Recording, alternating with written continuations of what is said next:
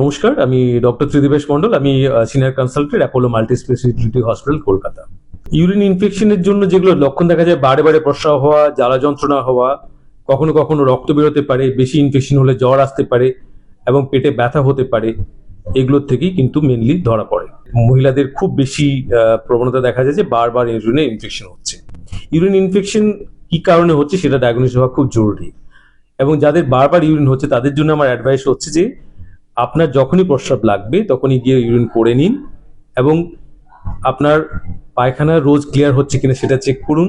এবং পায়খানা বা প্রস্রাব করার পরে বা যাদের সহবাস করার পরে মনে হয় যে ইউরিনে ইনফেকশন হয়, তারা কিন্তু এগুলো জল দিয়ে ওয়াশ করার পরে এটাকে শুকনো করে নিন।